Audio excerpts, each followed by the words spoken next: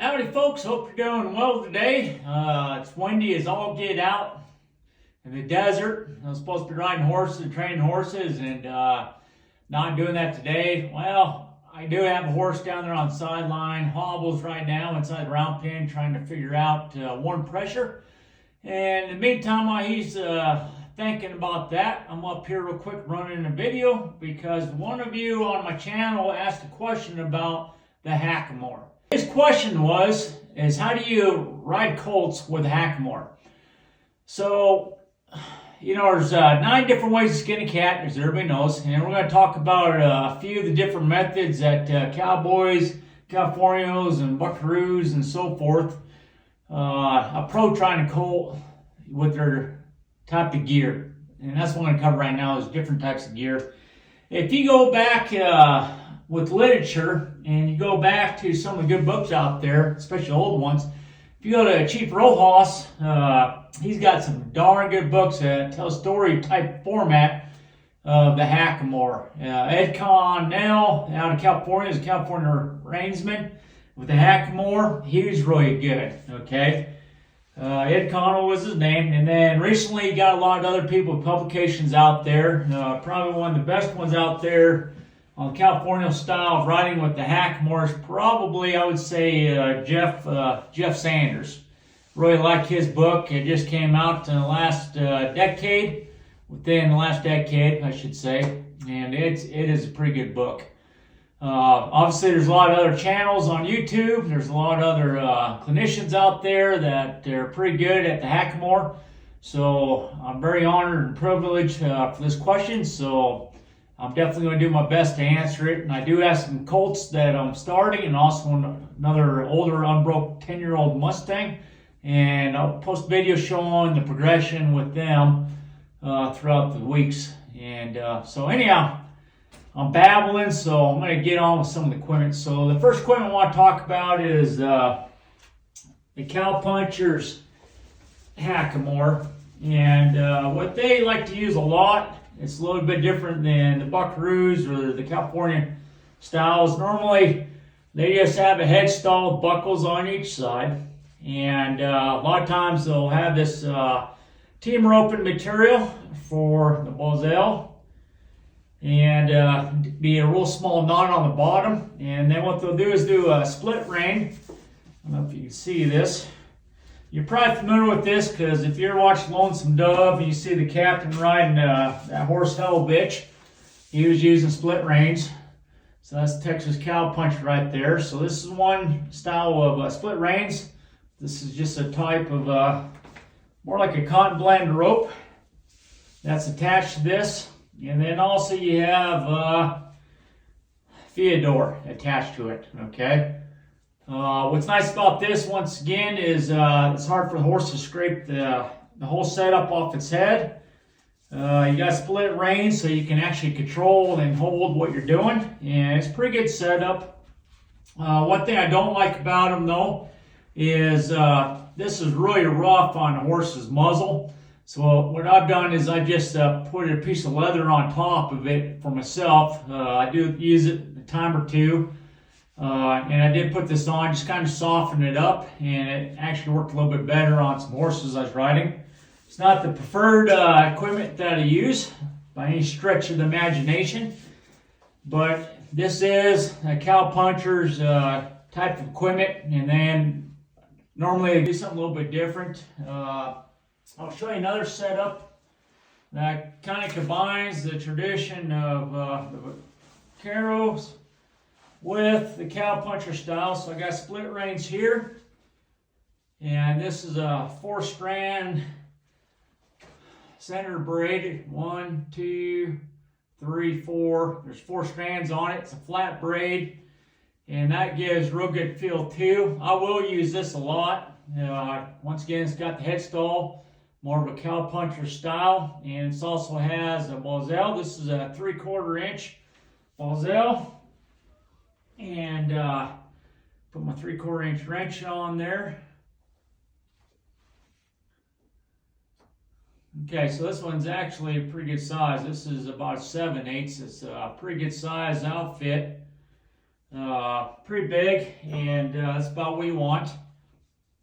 And once again, it's got a feeder. So all a feeder is, it replaces the throat latch, and it compasses all the way down. So when you do the release, the heel knot doesn't hit the chin of the horse and irritate him more, because you kind of want to signal when you're picking up the reins, and then you got to release, and it only goes so far. And once again, it stays on the horse's head, and I'll have a video showing a little bit more.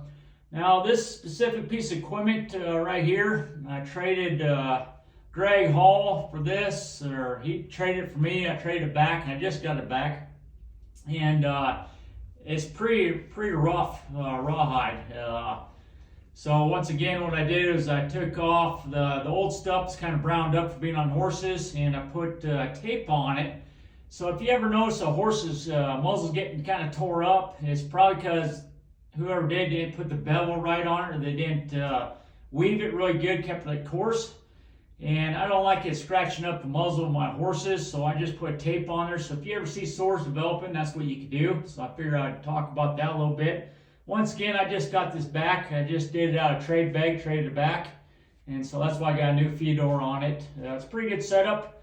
I do leave it up here a little bit to keep a bite in if they're ignoring some of the other training equipment I got. But you got to be very careful on the bridge or the nose. There could be marks on it if you're using the other setup like this. I mean, and I'll put some pictures, some muzzles getting rubbed from this type.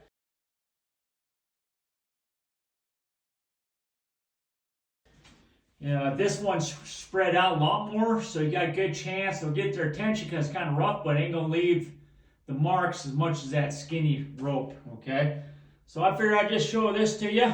It's just another way of getting after it. I do use this. I do like the feel of this in my hands. Okay, moving on for another piece of equipment. Oh, I forgot to talk about this. When you are using these Boselles here, make sure it's a piece of rope in there, or it's a piece of rawhide that's inside the core or the life of it. And the reason being is because there's give on this. I could shape this to the horse's head, widen it in a shaper, but basically straight up and down. Now, if you look at this one, it is totally round, and it's not even the same shape as this one. This one's straight up and down. This one's been shaped. This one's a lot more rounder. And the old rule of thumb is they should fit no different than your hat fitting on top of your head. Okay, the wind comes, so you can come off. So what I'm getting at, this one's hard to shape because there is a steel cable inside of it. I can try to push it, and it's just not going to hold. Okay, so if you're new to trying to do a Hackamore, don't get the one with the steel cable in it, no matter what size. It just doesn't have no benefit. Okay, I would stay clear of these. And here, okay, we talked about stiffness of the 3/4, 7/8, and not to use a cable for material for Hackamore, but I also wanted to show you this. Don't get one of these. Okay, this is so dang light, but there's no core in it. It's just straight out made out of Latigo leather, but it is like a dish rag. I mean, there's nothing to it. Okay, I can flop it down. There's going to be no signal to it. There's no feel to it. This is a dish rag in my opinion. Okay, so I just wanted to show you this one.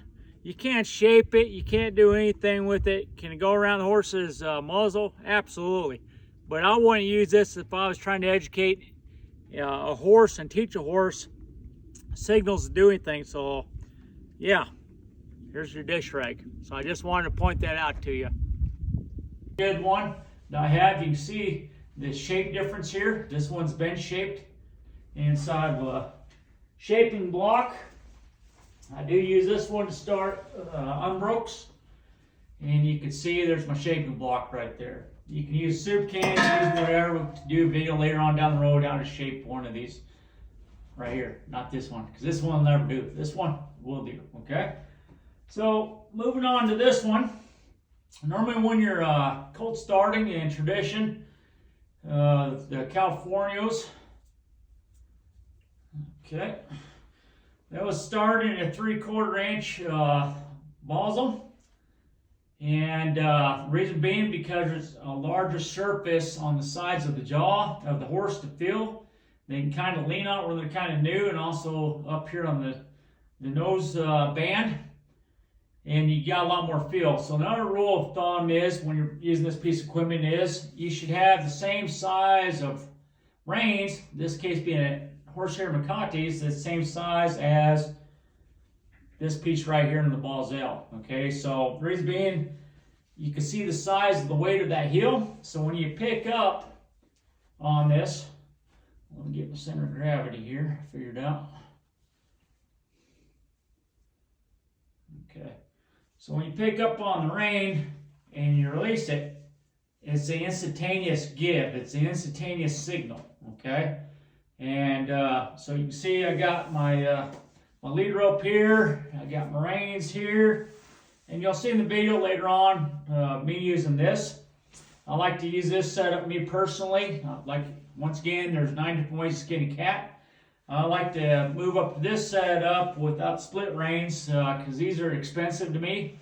And when I'm a working man, you know, I can replace this a lot quicker, go down the handy store, braid it up, and be done with the split reins, versus the traditional horsehair Macates. Okay, so after I got quite a few rides in, I don't know, I say quite a few, probably about 10, I might switch over this. I might go switch 6 to 10 rides and switch over this, okay?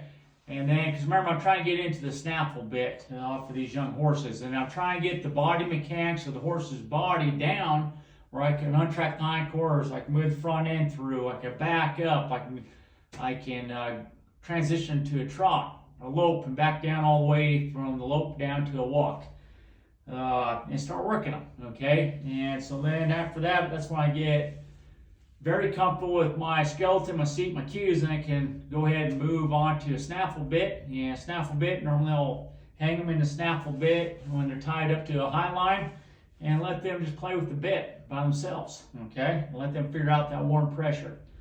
Okay, next thing, continuing on with this this setup right here for colt starting. Traditionally, you have a Feodor on it, which is this piece right here I already talked about, replaces the throat band. But you'll see this is Latigo. This is a skinny Latigo piece of saddle string, and this is the preferred method on a horse when you're using this type of setup. And so you got a brow band there, keep the horse from sliding it off with the help in conjunction with the Feodor. You have this side right here that you just tie up just like you do a regular rope halter. So once you slide in, and I'll show you all this again on a different video after this first one, showing how to use your hands riding colt with this first ride, second ride. And then also you do the same knot right here from the Feodor. And I'll also show this in the video that's coming up. So once I do the Feodor and it's on the head, then you just get on and start riding. Okay, I just wanted to show you it's pretty much the same knot here. Now, you're going to say, Travis, what's the difference between having this setup, a traditional, okay, with Latigo leather, it's real soft, versus, oh, where did it go? Versus this right here, okay? They look about the same. Well, they pretty much are the same. The only difference is your school of thought, okay? This one traditionally hugs up closer to the horse's head. It's a little bit smaller, and when you're doing your signaling, because it's a lot lighter, it doesn't restrict the movement of the Hackamore, okay? You can take it for what it's worth, but traditionalists really want everything to be Latigo sound string leather because they feel like there's a lot more mechanics, and I can really feel the release on this with this type of setup, okay? Versus something like this, you can see that's real tight around the nerve knots and so forth, which is this piece right here. It really hugs it a lot better than, let's say, this one right here. Got the same thing going on. You got a lot of slop. It can go right up and down. And when you do the release on it, it's pretty good, but it's not as fast as the Latigo because it's a lot stiffer right here. Right here is a lot stiffer for movement. Okay, so it slows it down more than the natural reaction of release or pull on this one. Okay, you can see that there is a lot more room right here, a lot more skinny. So when I have this set up in a good spot here, and this would obviously be a lot better on the horse showing you, but we're doing what we can with the wind out there. But I do my release, it's a lot faster. I mean, it really drops with that weight, okay? There's no play on it because, once again, there's no stiffness here. It's very flexible, which means translates into speed, okay? Speed of signal, and that's what I really like about that. One other piece of equipment I'll talk about, and I've used it for years, is this old horsehair Balzel, okay?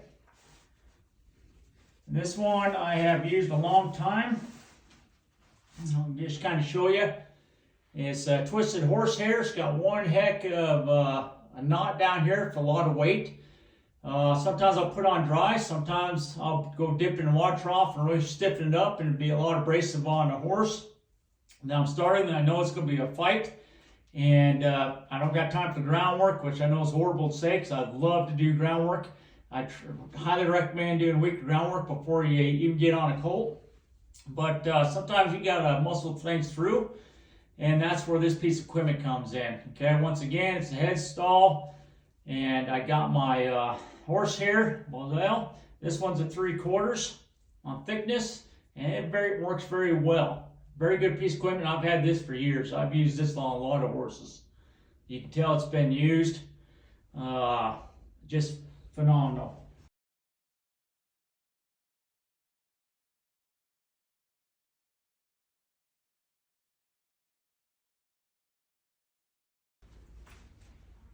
Now versus that one is weaved in 3 strands. This one I just picked up from Buckaroo Business up Montana a while back. It's a 5/8. I haven't had a chance really to use it. Heck, it looks like it actually might be a 1/2 inch. So anyhow, the same principle, but this might be for a horse when you transition down from 3/4, moving down to 5/8, 1/2 inch, and they're just not getting, you need a little bit more stiffness. Remind them, you can use this, and I'm not going to insult anybody's intelligence on it, but it is a pretty good piece of equipment too.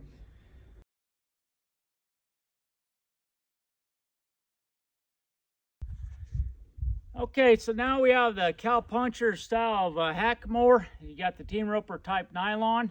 You can see I can slide my hand all up and down this. Okay, you got the Theodore here. You got the split reins, and you can still grab them really good, just like the other setup I was showing you. But now the difference is you can do 2 hands and really ride it and hold very good with that. So I do like that aspect of this piece of equipment. What I don't like is, as you can tell, this can really rub the snot out of the horse's nose. If you're worried about that, when I'm working clients' horses, I don't want no rub marks on the nose of the horse, okay? So therefore, I put this on. And yes, I have played with it just so I could talk about and play with it a long time ago. I just use it for a talking piece now. If you have something to trade bag, willing to trade though, we might talk later. Just leave me a message, okay? All right, so the same position is, some people like to put it low where the cartilage is, so when they're bucking, they can have a little bit more pressure, and the horse is not going to buck out of it and not want to do it. But you got potential to damage the cartilage here. Best thing is between the nostrils and underneath the eye, the placement. But once again, you can see look how much slop that is on there, okay? Slop to the sides, I can run all the way around, and I can't adjust this, okay? I could try to shape this, and it's not going to have any contact. There's not going to be a lot of good signaling on the side. So what happens when you're riding, okay, this thing's going to rotate to the left, bump the jaw, bump to the right, bump to the left, bump to the right, you know, rhythm of a 4-beat gait when you get them there. And I'm going to desensitize the side of the jaw right here, and also desensitize the top of this area right here, okay? That I cannot have. When I'm riding a Hackamore, I want it to fit tight, because when I pull to the right, I want signal there. I pull to the left, I want signal there. When I'm actually having them tuck in with the Hackamore, I want them to leave and have a feel later on when I'm doing that. If I'm constantly riding this outfit, I know in the beginning you're bucking, you're doing everything, you're not worried about it, but there's going to be a point I want it to stay pretty generally tight on here, so I'm not desensitizing the horse's muzzle, okay? And Texas cow punchers, okay, are not worried about it. Other cow punchers are not worried about that, because they're going to a what? A side pull. So they're not worried about signaling. All they want is leverage type action. They're not developing signal. So when they pull here, the horse comes there mechanically. That's what they're working to. They're not worried about signaling. So that's the difference between this piece of equipment here versus the buckaroo or the California style horseman, okay? And I'll show you what I'm talking about when I bring up the next piece of equipment, which is a traditional style of Hackamore, okay? So I just want to clarify that some of the reasons why I don't like this. They just desensitize all this. I just don't want that, okay? Let me grab the next piece of equipment next. Okay, so I have almost a whole setup at Hackamore. I didn't bring down the Makati reins, but you can see with this traditional setup, I have this type in contact with the side of the jaw. So when I actually signal, it'll actually put some pressure on this side and move them on that side. Same thing, if I vibrate, it's going to come over here, or vice versa, okay? I have pressure up here, the nerve knot, because there's nerves coming down here, which is going to be a signal if I need a tuck later on, okay? Just like that. I have a heel knot. The other Hackamore, like I said before, earlier in the video, for transition, doesn't have signal, okay? This has signal. You pull it up here, it drops. This is latigo. It's not a headstall here, because it's real light leather, and what happens is it's a faster movement of signal. It's supposed to mean something. If I have a halter, a headstall attached to it, it's very stiff and it doesn't have the release, okay? Everything the Californios, the buckaroos, is a lot about signaling, okay? Because that's what we're working up to. Signaling on everything. Everything means something, something means everything, okay? Type of a deal. I'll get that trimmed off later, all right? So you can see I can't run my hand around there. There's tension all the way around it. And then you'll see there's a little gap here, but once I start tying the Makati on there, and this is a 3/4 inch balls over here, I'm going to use 3/4 inch Makati horsehair reins, and I'll talk to them in the video here pretty soon, or the next one. But I'm going to have wraps around here, so it's going to be pretty tight. I'm going to get 2 fingers in there depending on how I want to do it. But you can see that I have a lot more communication. Yeah, in the beginning, there might be some bucking. There might be some craziness. He's not going to be able to slide this piece of equipment on because I got Theodore and I got a brow band up here, okay, up top, to keep it on there, okay? But my whole goal in horsemanship is try not to get to the level where he does buck. I don't want a Will James, me personally. I don't want a Frederick Remington print of me bucking like crazy. My goal is for the horse not to do that. Travis's goal personally, okay? So in the beginning, yeah, you might, but I'm going to start vibrating. I'm going to start communicating. And one of your subscribers to my channel asked that question, how do you ride with a Hackamore in the beginning? And I'll show that, because I'll put groundwork in the beginning, and then I'm going to communicate with them. Then I get on top, I'm generally going to do the same thing. The first 2 rides, I'm just up there as passenger. I might steer and guide a little bit, but it's through vibration on the reins. I want it as easy as I can for a horse. because I like it when a horse is not scared. You know, he does go survivability mode and tries to fight, flight, or freeze. Okay, I don't want him to vapor lock. I'm going to get him moving because motion is my friend, but I don't want a fine balance of too much motion ends up being what? The fighting part, okay? But I need to communicate with him slowly, and this is a better tool for it.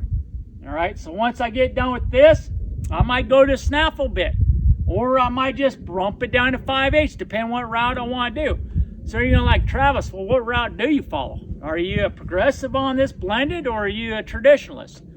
It depends on the horse, okay? This one is the buckaroo style, okay? I'm not doing the California style. I'll start with this, but he's been a snaffle. He's gonna move from snaffle to a 5/8. 5/8 for all the steps I already talked about, okay? But if I'm working with US cavalry horses, I'm probably not going to use a lot of this equipment except for the snaffle bit to work out the issues there. They want the horses done now, now, now. If you look at a bridle horse, it's 7-8 year, you know, progression of steps moving up, okay? It's a long process, and it is a good process. It's growth together, okay? Where you're helping them out, you're guiding them, knowing what you're doing, okay? So there's different stages, all right? And I'm not going to talk about the cavity markings in this video, but each step is marked with a cavity mark, and there's reasons behind that, and I'll talk about all that later on in a different video, okay? But the biggest thing is showing the difference, in my opinion, okay, and illustrate it with three different pieces of equipment so you can connect the dots of why I like this system better, okay? So, and I probably just went down a rabbit hole, but when I'm working with cavalry horses, I'm probably doing the Texas cowpuncher style, okay? I'm doing performance level style, you know, stuff like in reining, you know, talking about dressage level, different stuff. But when I'm home here at the ranch, I'm sticking with the buckaroo tradition or the California style tradition. When I'm with clients, a lot of times I'm going to go with the others. So I'm blended in that aspect, but my heart's always in this tradition. So I hope that answers the question for any viewers watching this channel. But remember, this channel is education. So it says Elliston Equine Solutions. So I'm going to cover all the different disciplines in Western that I can. The reasons behind it, whatever, because I'm trying to give you the solution for what your problem set is on the Western discipline versus English discipline, okay? Now, does that mean back at the ranch I'm not working with the English style horses or gait horses? Absolutely not, okay? I do work with them. Heck, I ride McClellan saddle all the time, all right? So here, no, doesn't matter the breed, doesn't matter discipline, I'm going to be working with you on different stuff. Okay, I'm working with my horses. That's my passion, okay? So I hope that helps you out. And look forward to seeing the likes and subscribes to my channel. Take care now, because now you have knowledge become the solution to your problem set. Adios.